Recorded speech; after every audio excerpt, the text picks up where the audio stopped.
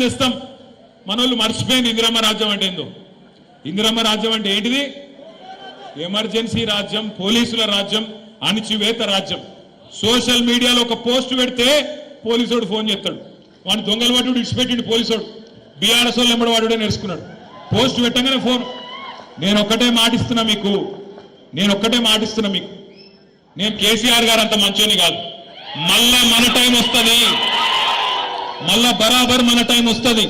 వచ్చినాక పేర్లు రాసి పెట్టుండ్రి ఒక్కొక్కరిని ఏమేం చేయాలో అని చేద్దాం వదిలిపెట్టే సమస్య లేదు దబ్బన కొంతమంది అనుకుంటారు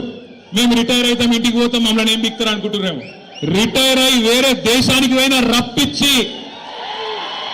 తప్పకుండా అన్ని లెక్కలు సెటిల్ చేస్తాం హిసాబ్ కితాబ్ మొత్తం చూస్తాం గట్ల ఊకునే బాపత్ కాదు ఇదివరకున్న కథ వేరు ఇప్పుడున్న కథ వేరు కానీ ఒకటి మాత్రం వాస్తవం ఇలా ప్రజలకు ఏ కష్టం వచ్చినా ఎక్కడ ఏ ఇబ్బంది వచ్చినా గుర్తొస్తున్నది మన నాయకుడు కేసీఆర్ మొన్న నేను చూసిన హైడ్రా పేరు మీద ఒక ఆడబిడ్డ పాపం చెప్పుల దుకాణం నడుపుతున్నది హైదరాబాద్లో నాచారంలో ఆమె దుకాణాన్ని హైడ్రా వాడు వచ్చి ఆ బుల్డోజర్ అదేదో హిటాచి పెట్టి కొట్టేస్తున్నాడు అది పెట్టి కొట్టేస్తుంటే ఆమె మొత్తుకుంటున్నది ఆడ నిలబడి అన్నా కేసీఆర్ అన్నా ఎక్కడున్నావు రా అని ఆయన చూసిర్రా లేదా మీరు అగో ఇలా రాష్ట్రంలో ఎవలకు ఏ కష్టం వచ్చినా ఆటో డ్రైవర్లు తమ ఆటోలు వెనుక రాసుకుంటున్నారు